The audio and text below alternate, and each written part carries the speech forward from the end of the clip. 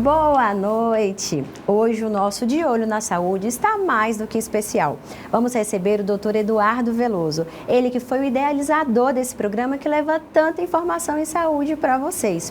Agora ele inicia uma nova jornada como deputado federal e com muitos projetos para trazer bastante melhorias para o nosso estado. Não sai daí, é em 1 minuto, você não vai querer perder.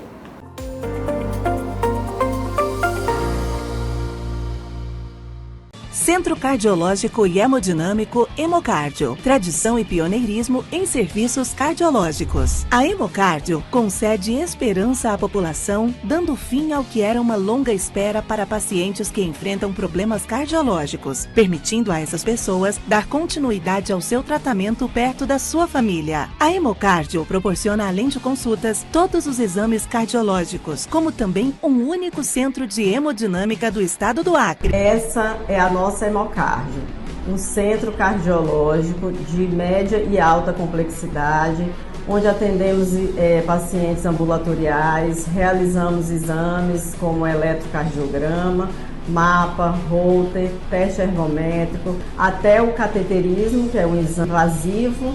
Hemocardio estará sempre cuidando do seu coração. Prevenir e controlar ainda é a melhor opção. Hemocardio, cuidando do seu coração.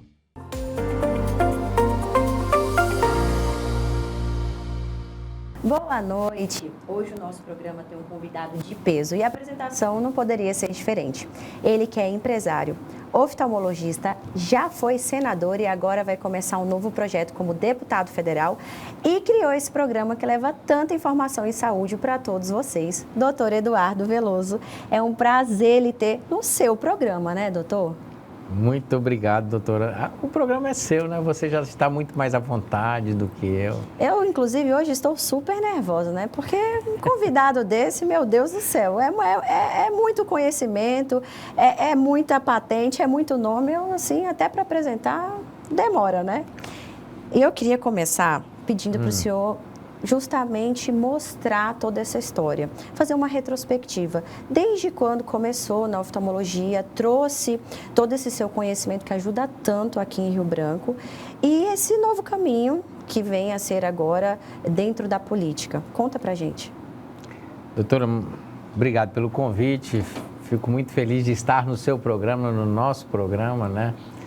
E dizer que a oftalmo já vem do meu avô, né? Meu avô era oftalmologista, meu pai é oftalmologista. E eu decidi fazer medicina e acabei, né, indo para a área de oftalmo. Eu me formei em 2002 como médico e fui fazer residência médica em Brasília, fiz uma parte em Brasília e São Paulo. Quando eu retornei para o Acre em 2006, eu saí já candidato a deputado estadual na época. Eu nem sabia disso, olha só. Foi.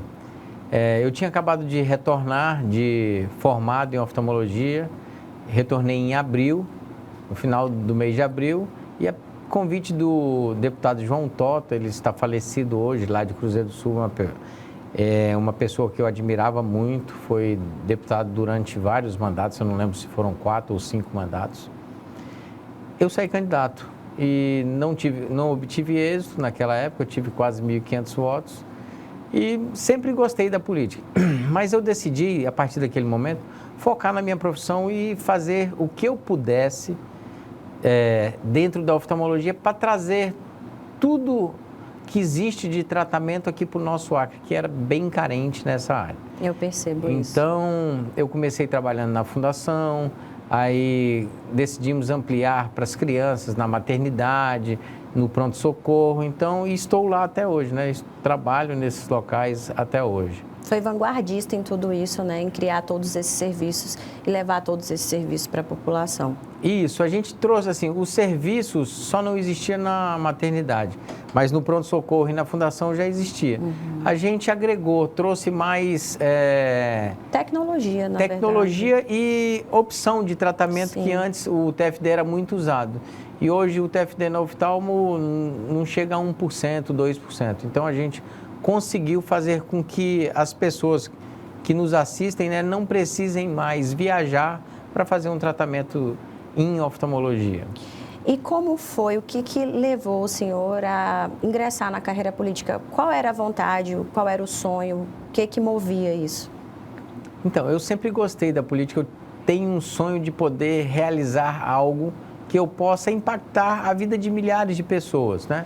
E eu fui tentando fazer isso através dos projetos, do qual você já até me ajudou. Sim. Projeto Coruja, que levou atendimento para o interior, levamos para 6 municípios do estado do Acre, Boca do Acre, Sena Madureira, Senador Guiomar, Plácio de Castro, Acrelândia e Capixaba. Já fizemos atendimentos através do Projeto Coruja. Fundamos a residência médica. Eu vi que eu não estava dando mais conta de fazer esses atendimentos. Fizemos a residência médica em oftalmologia. Depois disso, conseguimos ampliar. Temos o projeto Olhar Digital, do qual você já fez também. Sim. Faz atendimento nas escolas, né? Pensando nas nossas crianças. Você já teve a oportunidade de atender várias crianças de 13, 14 anos que não desenvolvia bem no colégio. Por quê? Sim. Porque não enxergava direito. Às vezes, falta de um óculos. Então, fizemos esse convênio com o governo, né? Uma parceria, na realidade, com o governo através do projeto deles, que é o Saúde na Escola. E aqui eu tenho uma pessoa lá que ela lutou muito para que isso acontecesse, que é o atual vereador Rutênio Sá, que nos ajuda também nesse projeto. E aí fomos evoluindo e surgiu o Veja Mais Brasil, que o Veja Mais Brasil hoje nós estamos conseguindo levar atendimento de oftalmologia através da telemedicina para quase todos os municípios do estado do Acre. E se Deus quiser, até o final do ano, iremos levar nos últimos 4 que não fomos ainda fazer o atendimento através dessa parceria com o governo do estado. E aqui eu quero agradecer até ao governador que nos deu a oportunidade de fazer a parceria. E ao senador Márcio, do qual eu tenho uma grande consideração, ele afastou, né, durante 4 meses para mim se tornar senador. E aí ele também foi fiel na balança para que isso acontecesse, né? O projeto pudesse alcançar esses municípios através de alocação de emenda junto ao governo do estado. Para quem não sabe, o doutor Eduardo, como bem disse, foi o criador da nossa residência médica, da qual eu tenho muito orgulho de ter feito parte. Então, ele foi o meu mentor, me inspira muito até hoje, porque além de agora estar se tornando um bom político, é uma pessoa muito boa e isso gerou em mim uma vontade também de ajudar. Acho que a gente conviver com pessoas que são ativas, que pensam no próximo e que tentam usar o que tem para ajudar é muito importante, é muito difícil da gente ver. Eu não estou falando isso porque a gente está aqui na televisão, não, porque eu realmente queria agradecer por ter me colocado nesse caminho e estar me ensinando tantas coisas. Agora me fala, na saúde a gente vê que na oftalmologia o senhor tem vários projetos, mas no Senado, o senhor conseguiu em tão pouco tempo fazer alguma coisa? Então, conseguimos sim, eu tive a oportunidade de, com a emenda de relator, ajudar uns 8 a 10 municípios, eu não tenho todos aqui na cabeça, mas já está na conta do município de Rio Branco 6 milhões para a saúde aqui, 4 milhões e 800 em Sena, 500 mil em Feijó, 230 e poucos mil em Epitaciolândia e tem mais uns 4 ou 5 municípios do qual a gente conseguiu alocar essas emendas para a saúde. E passando a eleição agora, vão vir as outras emendas que não são ligadas à saúde, que tem vários projetos de pavimentação, tem para assistência social, tem uma parceria com o Rotary, temos parceria com os autistas, a Associação dos Autistas, temos parcerias com algumas entidades sociais, tipo o Instituto Olhar de Anjo, que é de uma pessoa que nos ajudou muito na campanha. Então, isso são emendas de relator que o governo federal liberando agora vão chegar até o seu destino, né? Entendi. E dos deficientes físicos também, nós destinamos parte disso para isso. E agradeço novamente ao senador Márcio. E com o projeto de lei, eu terminei o Senado tem 2 a 3 semanas. No dia 14 ou 15 foi meu último dia como senador do mês passado. E eu consegui entregar 2 projetos de leis. O primeiro projeto de lei inclui a oftalmologia na atenção básica. Você que está nos assistindo, o que significa isso? Teoricamente, você hoje, para ter um atendimento pelo SUS em oftalmologia, você tem que pegar um encaminhamento com um médico clínico geral ou algum médico da atenção básica e ser encaminhado para a especialidade de oftalmologia. Com esse projeto de lei sendo aprovado, você vai ter acesso direto à oftalmologia e abrirá com que todos os municípios possam ter o oftalmologista atendendo diretamente, sem ter que ser referenciado por outro colega. Esse é um projeto que nós apresentamos e apresentei um outro projeto de lei que muda as regras tarifárias da aviação civil, né? Facilitar a vida de quem viaja. Eu acho muito estranho, às vezes, você que obtém uma passagem, às vezes, por R$400, R$500, e se você quiser alterar a passagem, a taxa de remarcação, às vezes, é maior do que o valor que você pagou. Às vezes não, sempre. Se você comprou em uma tarifa promocional, ela sempre é maior. Não, é porque são duas coisas envolvidas. Uma é a taxa de remarcação e a outra é a diferença de tarifa. Sim. A taxa de remarcação, nós queríamos, né, dar a indicação, que é o que está escrito no projeto de lei, que ela seja proporcional ao valor pago na passagem, tá? E a diferença de tarifa, eu não acho justo nós tentarmos, como é que fala, interferir em preço. Sim. Tem que ser um livre mercado. Então, nessa parte, nós não atuaremos, sim, porque senão nós iremos para um caminho do Estado interferir no seu negócio. Não é isso que nós queremos. Sim. Nós queremos que tenha uma coerência nas taxas de remarcação. O que eu acho estranho é o seguinte: se você marca uma consulta, se você compra um objeto, um celular, o que seja, você pode pedir seu dinheiro de volta. Sim. Certo? Na passagem aérea, não. Passou de 24 horas ou com menos de uma semana, você não tem esse direito. Então, nós mudamos isso também na descrição. Você passa a ter o direito de pedir seu dinheiro de volta, como qualquer outro objeto que você compre. E indicamos também que a pessoa pode mudar o nome de quem ele quem ele quer. Se eu não posso ir numa viagem, eu posso indicar uma outra pessoa, assim como é uma nada mais justo, como a gente faz com qualquer produto. Se a gente de não ônibus vai usar, em si. Entendeu? Nós estamos finalizando agora nosso primeiro bloco, mas eu já vou deixar a pergunta do segundo. Se em 4 meses o senhor conseguiu fazer tudo isso, eu quero que o senhor me diga quais são os planos como deputado federal, mas não fala agora, é daqui a pouco, não sai daí.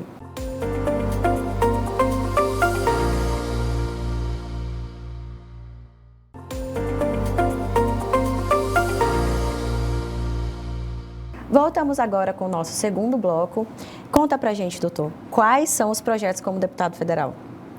Então, o que eu mais penso hoje é valorizar o trabalho das pessoas. O que significa isso? Se nós formos perceber hoje no Brasil, nós vivemos um abismo salarial. Sim. Um ministro do STF, ele ganha mais de R$45 mil. Enquanto você, que é trabalhador, a maioria das pessoas que nos assiste, que ganham um salário mínimo. Isso dá uma diferença de mais de 33 vezes. Se nós fôssemos um país desenvolvido, essa diferença de quem ganha mais para quem ganha menos seria no máximo de 8 a 10 vezes. Ou seja, um salário mínimo digno, se nós fôssemos um país desenvolvido, teria que começar em R$4.500, R$4.600 para cima. Sim. E olha que todo mundo que ganha R$1.200, R$1.300, passasse a ganhar 2, 3, 4, 5 salários, a pessoa ia gastar tudo do mesmo jeito. Só que ela ia melhorar de vida. Muito. Não é verdade? Claro. Se ela anda a pé, ela poderia ter o sonho de comprar uma moto. Se anda de moto, comprar um carro. Muita gente mora todo mundo junto, a família aglomerada, sim, às vezes em 10, cômodo. 15, 20, 30, 40 metros quadrados. E aí a pessoa poderia ter o sonho de ter a sua própria casa, comprar um terreno e construir o seu local de moradia. Então eu acho que devemos primeiramente pensar na valorização das pessoas, do trabalho, do suor. Isso é a vida, né, do cidadão. Depois, aqui no Brasil, nós temos como é que fala? Um pensamento que o que tem valor são os produtos. A gente, às vezes, parcela um celular de 12 vezes. Tenho certeza que todo mundo que nos assiste, 99% das pessoas, compraram um celular parcelado. Sim. E em países desenvolvidos, celular nem parcelado é. Por quê? Porque lá o salário dá a condição da pessoa ter aquele objeto com 1, 2 meses de trabalho. Então, assim, eu acho que esse abismo tem que ser revisto. Nós temos que ter uma política de aceleração de melhora do valor do trabalho das pessoas para que as pessoas possam viver com mais dignidade. Esse é o ponto principal do meu pensamento político. Sim. E depois disso, né, trazermos melhorias na infraestrutura aqui para o nosso estado e melhorar as leis para o nosso Brasil, né? O senhor acha que, de alguma forma, o aumento do salário mínimo não vai impactar, porque o senhor também é empresário, isso não vai levar um impacto para o empresário que tem funcionários e isso pode, de certa forma, prejudicar? O seu lado empresarial falando para a gente agora. Então, eu como senador votei a favor do piso salarial dos enfermeiros, dos técnicos, dos auxiliares. E aqui eu quero fazer até um parênteses. Os agentes comunitários de saúde, eu abracei eles como sendo o padrinho deles lá no Senado. Por quê? Porque eles passaram de um salário mínimo para 2 salários. Sim. Tá certo? Eu estou querendo mostrar para a população que esse dinheiro que eles estão ganhando a mais, ele vai gerar no comércio. Claro. Então, você que é empresário, pode apertar num primeiro momento, mas depois aquele dinheiro vai retornar. Você que vende roupa vai vender mais roupa. Você que atende particular, no meu caso, como médico, vão ter mais consultas particulares. Então, esse dinheiro, de alguma forma, ele vai retornar para o comércio. Sim. Um país forte é um país que as pessoas gastam o que ganha. E o ideal, se nós injetarmos dinheiro em quem gasta, o comércio vai viver melhor. Nós vamos ter um aumento na arrecadação de impostos, nós vamos ter a melhoria, nós vamos nos tornar um país forte. Não dá para subir dobrando, triplicando, mas dá para nós pensarmos que ao longo de 10, 15 anos, diminuirmos bem essa diferença que existe.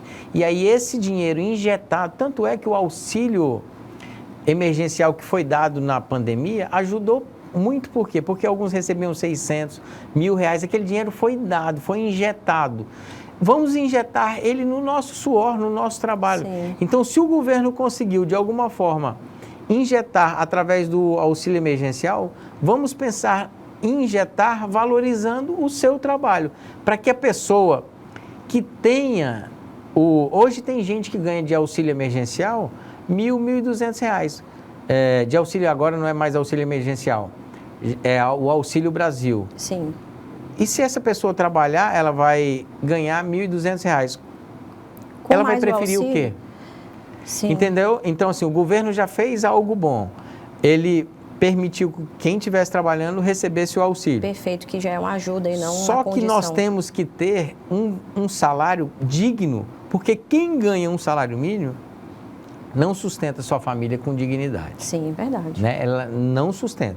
Então, o que nós poderíamos ter? Um auxílio, né? Um auxílio nesse valor, nesse patamar, mas se nós tivéssemos um salário aí de 2, 3, 4 vezes mais, a pessoa passaria a ter dignidade. Então, hoje isso é impossível, mas se nós pensarmos em políticas de valorização da ocupação, do trabalho das pessoas... Do valor da mão de obra, de fato. Isso, eu acredito que em 10, 15 anos nós iremos alcançar e o comércio vai agradecer porque o dinheiro vai circular mais. Nós estaríamos injetando dinheiro não em quem guarda, porque para a pessoa guardar dinheiro, ela tem que ganhar assim, acima de 10, 15, 20 mil reais. Sim. E nós estaríamos colocando esse dinheiro que hoje está sendo guardado, né? Seja ele pelo governo, ou seja ele pelos empresários, ou seja ele por salários altos, nas pessoas que irão gastar e irão fomentar o comércio em si. É disso que nós precisamos para tornarmos o nosso país um país mais forte. E isso é tão verdade que durante a Revolução Industrial, Ford, com a fábrica dele, dizia o quê? Que o trabalhador dele tinha que ganhar um valor suficiente para que ele fosse capaz de comprar o carro que ele fabricava. Porque senão aqueles carros não iam ter mercado, porque o mercado era justamente quem estava ali, quem estava dentro daquela fábrica construindo. Então as pessoas pensam que isso é um pensamento revolucionário, muito difícil de pôr em prática, mas isso vem lá da Revolução Industrial e os países de primeiro mundo, na verdade, já vem fazendo isso há muito tempo. Falta o Brasil começar a pensar mais dessa forma e, de fato, colocar em prática, como o senhor bem disse. Perfeito. Eu acredito muito nesse sentido, eu acredito na valorização das pessoas.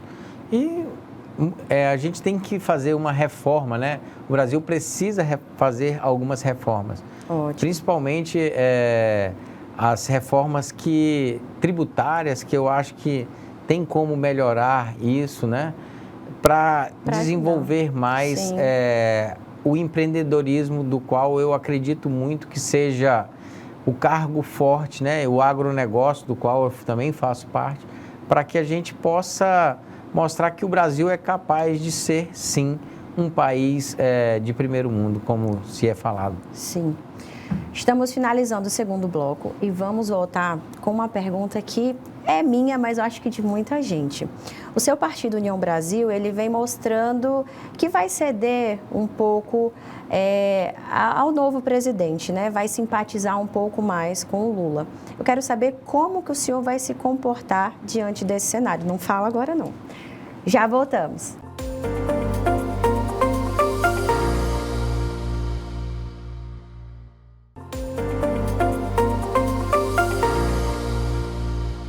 Voltamos agora com o nosso terceiro bloco e veio uma pergunta um pouco polêmica. Como é que o senhor vai se comportar agora? Porque todos nós sabemos qual foi sua posição apoiando o Bolsonaro durante toda a campanha e agora com Lula como presidente, mesmo o seu partido se colocando de certa forma à disposição, como é que o senhor vai se posicionar nesse cenário?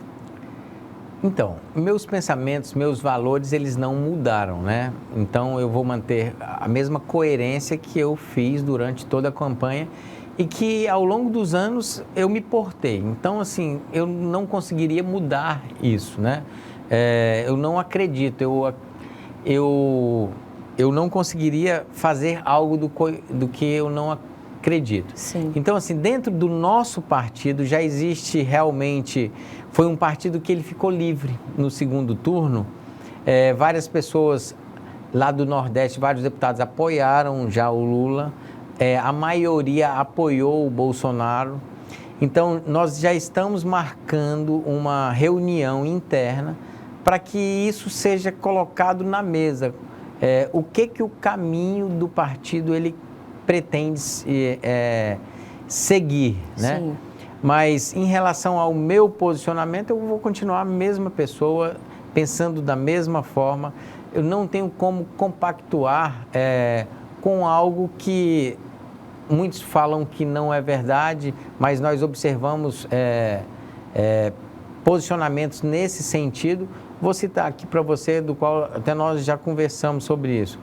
Sobre a propriedade privada. Eu acho que isso é inegociável, né? Já teve uma canetada do Barroso, né, do ministro Barroso, falando sobre a conversa, que a reintegração de posse não é bem assim.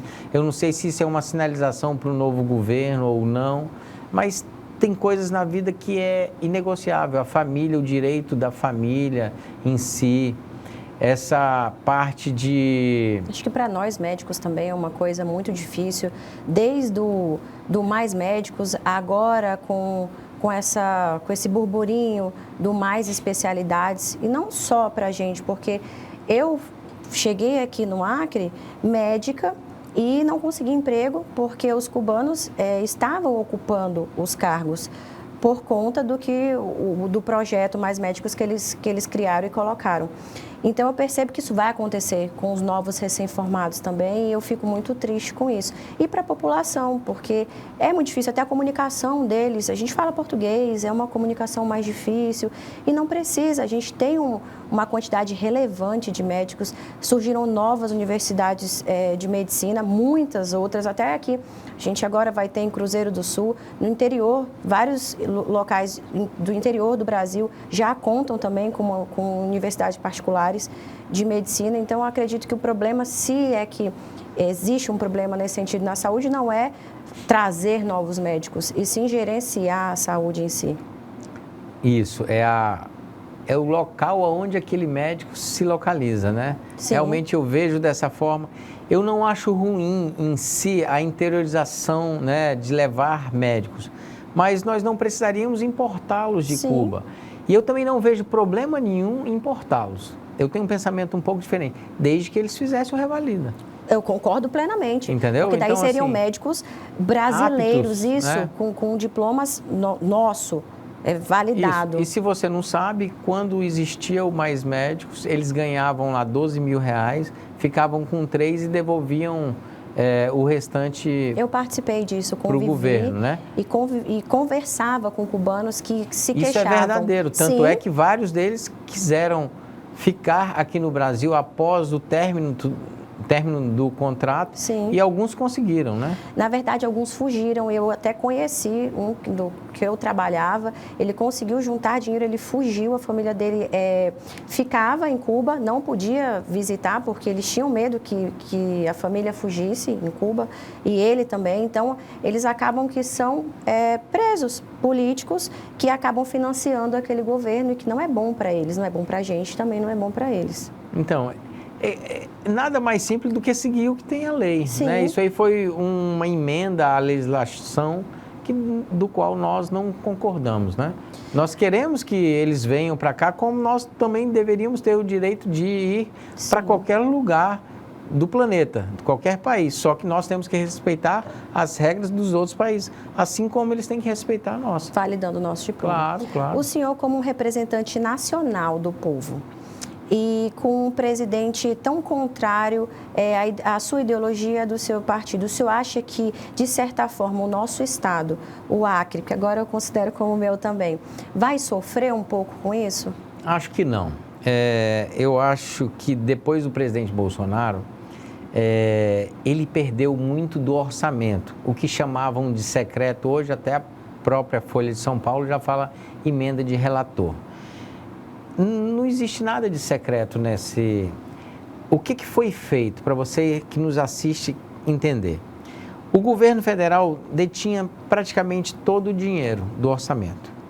Então, parte daquele dinheiro foi repassado para os deputados poderem alocar a mais do que eles já têm nos seus estados, para que isso possa virar algo que ele possa direcionar, né?